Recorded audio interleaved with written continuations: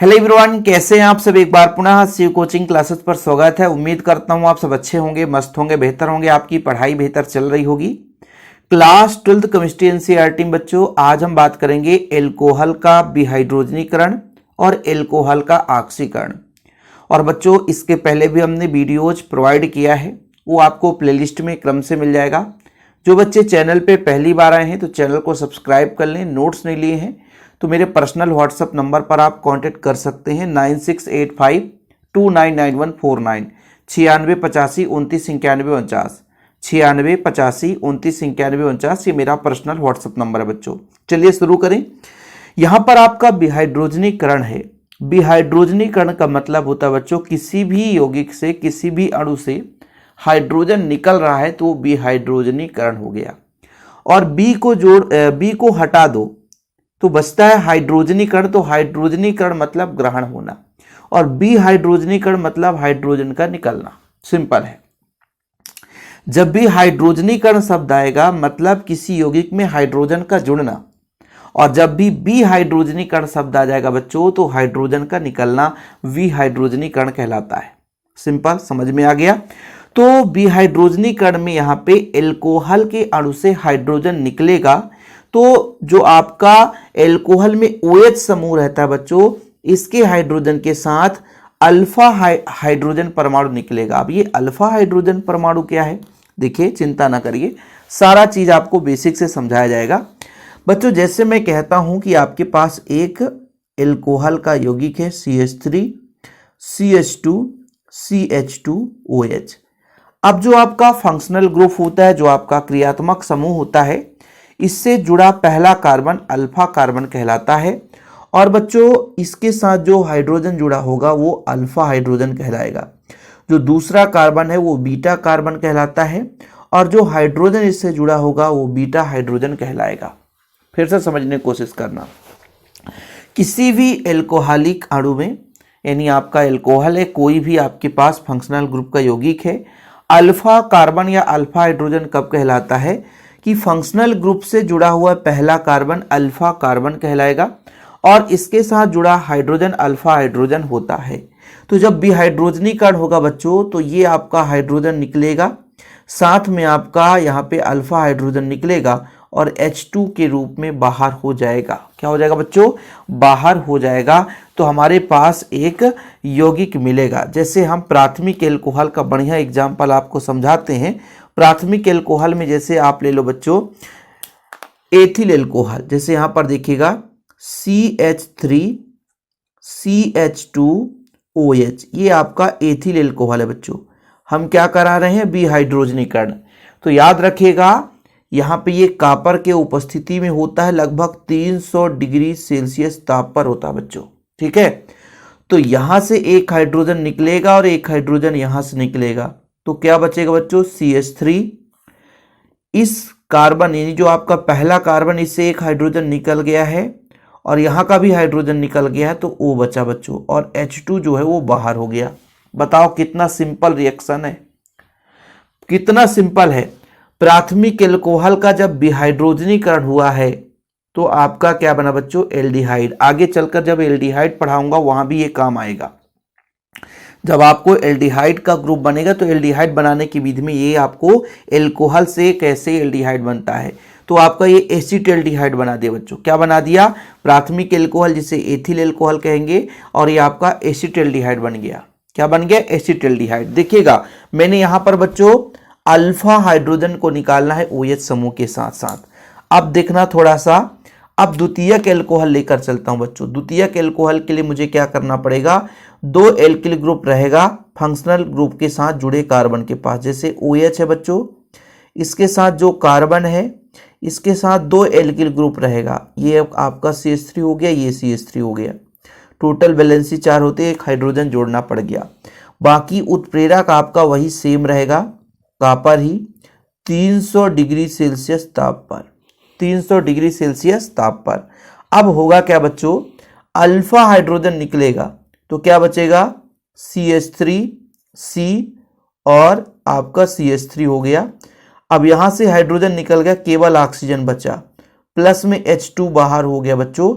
अब यहाँ पे बंध कंप्लीट करने के लिए द्विबंध लगा देंगे, तो ये आपका कीटोन बन गया। क्या बन गया बच्चों? कीटोन। तो जब भी द्वितीयक एल्कोहल का विहाइड्रोजनीकरण होता है तो कीटोन प्राप्त होता है। क्या प्राप्त होता है बच्चों? कीटोन।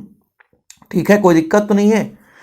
आप लोगों को थोड़ा सा दिक्कत होता भी होगा, लेकिन आप लोगों से गुजारिश है कि जब आप उसे बार बार देखते हैं, बार बार समझते हैं, क्रम से वीडियो देखते हैं, तो कभी भी आपको बोरिंग नहीं लगता है। लेकिन आप लोग यदि क्रम से नहीं देखे होंगे तो ये आपको बड़ा कठिन चीज लग रहा होगा। ठीक है, अब विहाइड्रोजनीकरण में जब तृतीयक एल्कोहल की बात करते हैं बच्चों, तो तृतीयक एल्कोहल में जैसे CH3 है, कार्बन के साथ 3 एल्किल ग्रुप जुड़ा रहेगा, तो ये आपका तृतीयक एल्कोहल हो गया।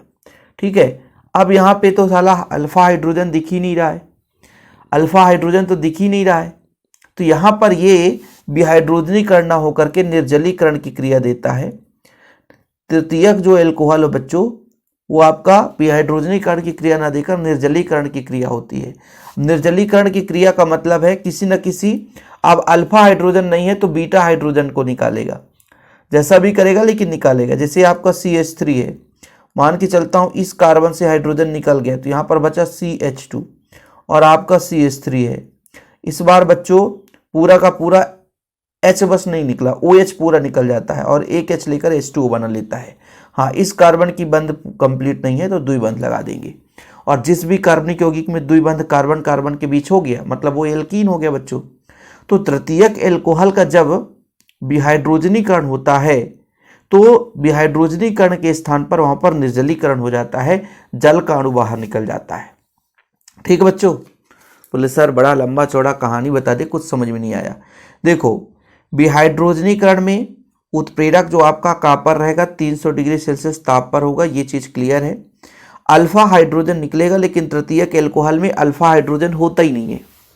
तृतीयक एल्कोहल में अल्फा हाइड्रोजन ही नहीं होता। जब उसमें अल्फा हाइड्रोजन नहीं है तो भाई साहब बीटा हाइड्रोजन निकलेगा और OH निकल करके सीधा निर्जलीकरण की क्रिया हो जाती है। ठीक है बच्चों, तो उत्प्रेरकीय विहाइड्रोजनीकरण में OH समूह के हाइड्रोजन परमाणु के साथ अल्फा हाइड्रोजन परमाणु निकलता है। यह ऑक्सीकरण का एक स्वरूप है। जब कॉपर के साथ 300 डिग्री सेल्सियस ताप पर एल्कोहल को गर्म किया जाता है तब प्राथमिक एल्कोहल से एल्डिहाइड, द्वितीयक एल्कोहल से कीटोन बनता है और तृतीयक एल्कोहल जो है बच्चों निर्जलीकरण के फलस्वरूप आपका एल्कीन देता है। क्या देता है बच्चों? एल्कीन देता है। ठीक है, बाकी ये सारा चीज नोट्स में भाई लेवल रहता है, ये मत सोचना कि नोट्स में सारा चीज नहीं रहता भाई, ये सारा चीज रहता है। देखिए मेंशन है पूरा का पूरा, जो मैंने प्राथमिक एल्कोहल करा दिया। फिर ये द्वितीयक एल्कोहल है, 2 एल्किल ग्रुप है, R का मतलब एल्किल ग्रुप है, यहाँ पे 3 एल्किल ग्रुप है। यहाँ पे बच्चों एक H यहाँ से निकला गया और OH को लेकर H2O बना लिया, तो आइसोब्यूटीन है, द्वितीयक है। ठीक है, तो आइसोब्यूटीन बना, अब ये प्राथमिक निकला है, अब ये द्वितीयक कहलाया, तो आइसोब्यूटीन एक प्रकार से इसको हम कह सकते हैं। ठीक है, मेथिथप्रोब्यूट हो जाता है ना आइसोब्यूटीन, कोई दिक्कत नहीं है। ठीक बच्चों, और ये आपका क्या हो गया? 3rd डिग्री एल्कोहल था। अब बात करेंगे ऑक्सीकरण के बारे में। ऑक्सीकरण में सीधा सीधा ऑक्सीजन का जुड़ना है। थोड़ा सा माइंड में यदि सेट हो जाएगा तो आसानी से आपसे क्रिया बन जाएगा। ऑक्सीकरण में क्या होगा बच्चों? ऑक्सीजन जुड़ेगा, थोड़ा लंबा प्रोसेस होगा लेकिन आप लोग समझिएगा। ऑक्सीजन जुड़ता जाएगा जुड़ता जाएगा, जितना जोड़ना चाहो जोड़ दो। ठीक है, चलो कोई बात नहीं है। हम अभी जैसे एल्कोहल से बच्चों यहाँ पे एल्डिहाइड भी बन जाएगा, कार्बोक्सिलिक अम्ल भी है, क्योंकि आपके सिलेबस में एल्डिहाइड भी है और कार्बोक्सिलिक अम्ल भी है, तो ये अभिक्रिया फिर से रिपीट होगा।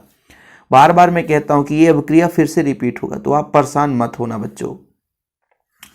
तो यहां पर देखिएगा ऑक्सीकरण में होगा क्या कि एल्कोहल में ऑक्सीकरण का अर्थ है एक हाइड्रोजन परमाणु का निकलना।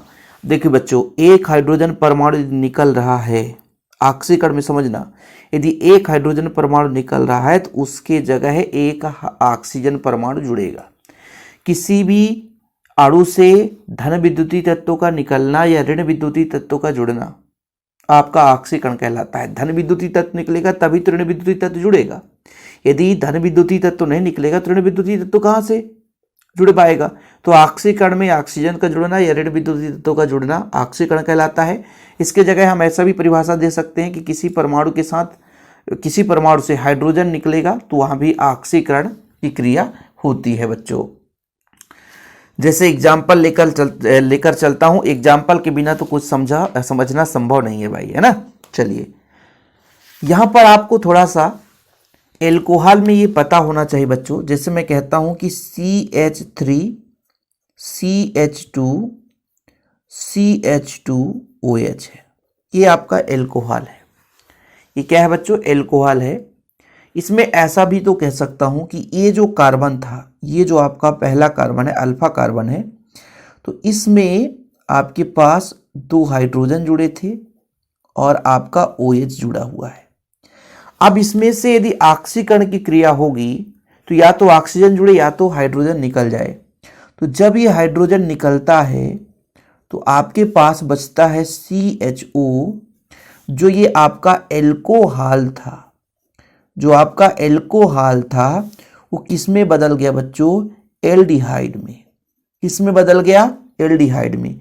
तो पहले स्टेप में यदि प्राथमिक एल्कोहल का ऑक्सीकरण होता है तो हाइड्रोजन निकलता है और एल्डिहाइड बनाता है, और फिर ये एल्डिहाइड ग्रुप तो है, लेकिन जैसे ही इसमें ऑक्सीजन जुड़ा तो COOH, बाकी इधर कोई ग्रुप है जुड़ा रहेगा, तो ये जो ग्रुप बन गया बच्चों, ये आपका कार्बोक्सिलिक अम्ल का बनाता है। यानी प्राथमिक एल्कोहल का जब ऑक्सीकरण कराते हैं तो पहले एल्डिहाइड में बदलता है, फिर बच्चों ये अम्ल में बदल जाता है। किसमें बदल जाता है बच्चों? अम्ल में बदल जाता है। फिर से समझने की कोशिश करिएगा कि जब हम प्राथमिक एल्कोहल का क्या कराते हैं? ऑक्सीकरण कराते हैं, तो पहले ये एल्डिहाइड में बदलता है, फिर बच्चों ये अम्ल में बदल जाता है। किस में बदल जाता है? अम्ल में बदल जाता है।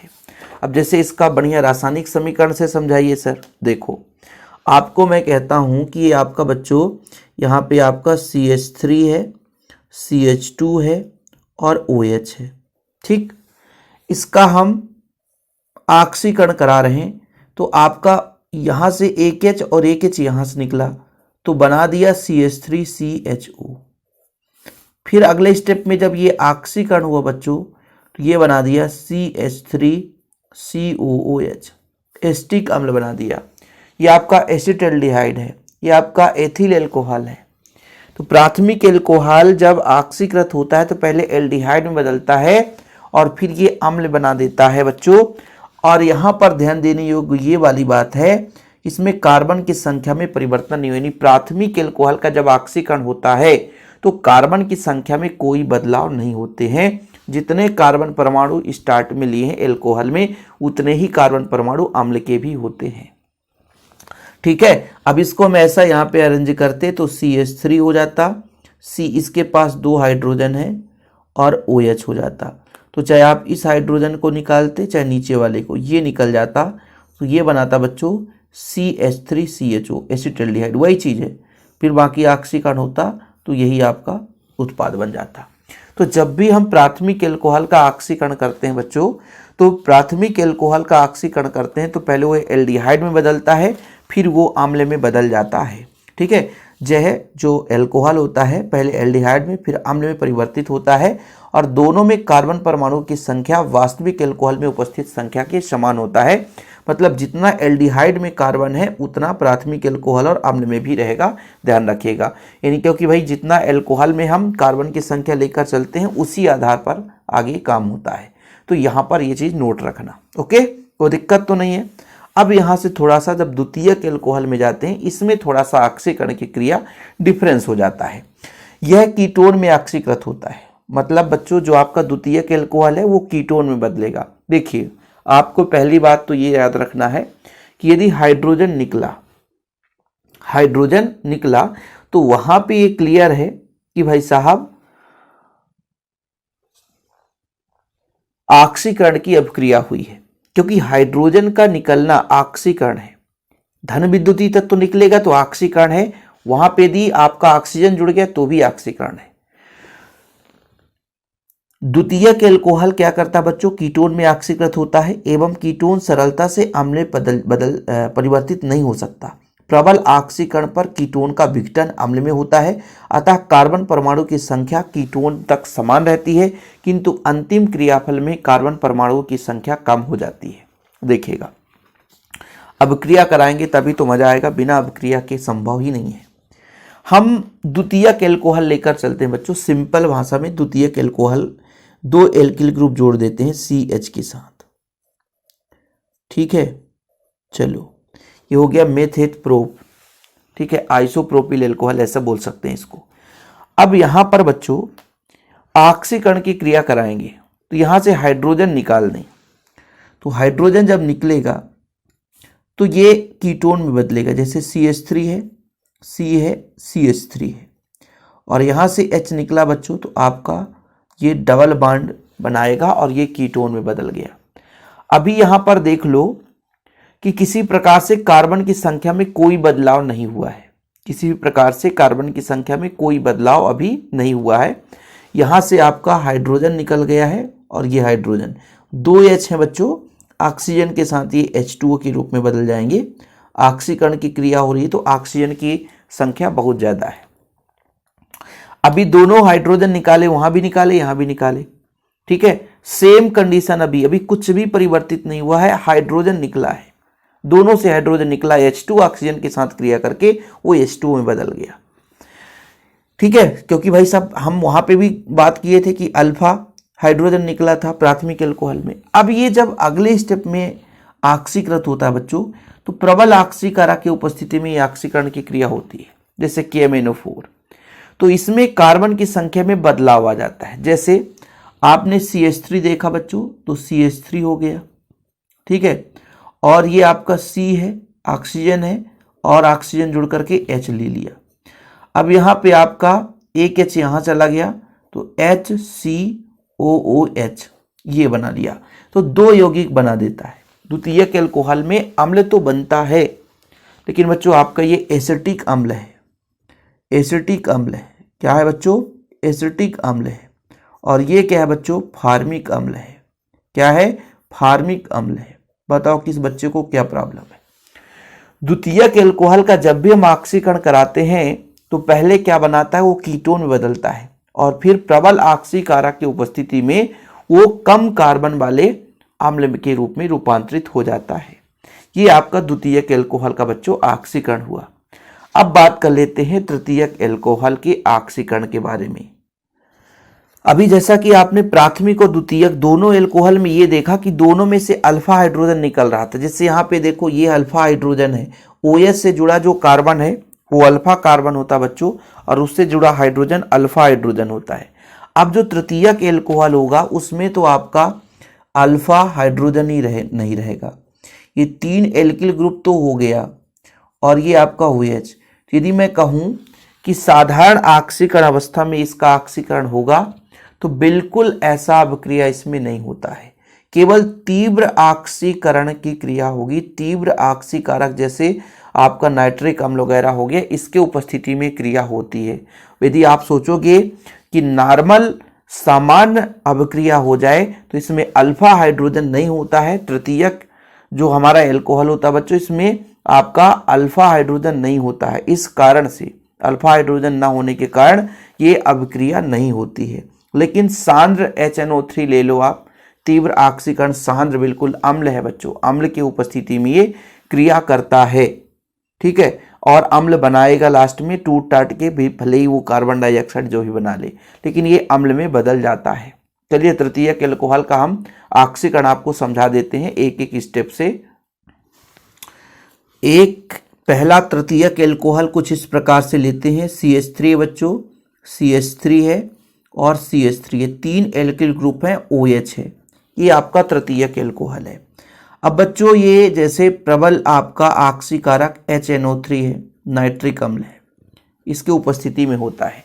तो पहले तो क्या होगा कि भाई साहब जिसमें अल्फा हाइड्रोजन नहीं रहता है तो बीटा ही हाइड्रोजन निकलता है, ठीक है, मतलब ये OH है, किसी एक को H लेकर के बाहर हो जाएगा तो CH3 हो गया। जैसे कार्बन है बच्चों, यहाँ पे CH2 बचेगा, एक हाइड्रोजन निकल गया, ठीक है, तो यहाँ पर द्विबंध कर दो, OH एक H को निकल गया तो पानी बनाकर निकल गया। अब क्रियाएं सेम चल रही है।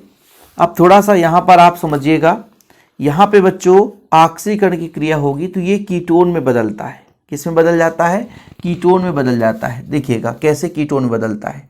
ऑक्सीकरण की क्रिया होगी तो ऑक्सीजन जुड़ जाएगा, तो आपने कहा CH3 है, कार्बन है, CH3 है बच्चों, द्विबंध इधर लगाना चाहिए तो मैंने नीचे लगा दिया यार, क्या बात है। समझना थोड़ा सा यहाँ पे कि द्विबंध कहाँ पे लगेगा बच्चों, जहाँ पे बैलेंस पूरा नहीं होगा वहाँ पे द्विबंध लगता है, तो आप लोग भी सुधार लेना भाई साहब, ठीक है। ये CH3 है।